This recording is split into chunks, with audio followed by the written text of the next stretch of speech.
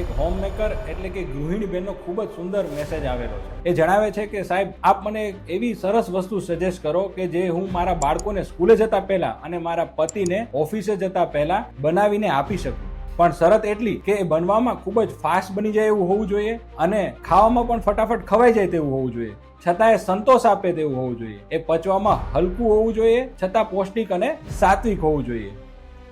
બેન, આપનો પ્રશ્ન ખૂબ જ સુંદર છે. આ સાંભળીને મને અત્યારે એક જ વસ્તુ ક્લિક થાય છે.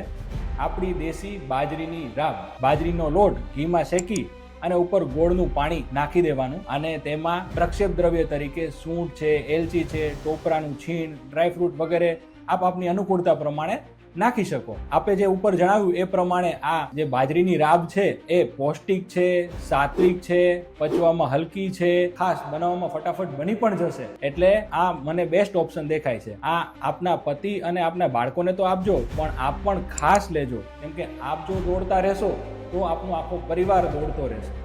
સર્વદા મંગલમ ભવેત.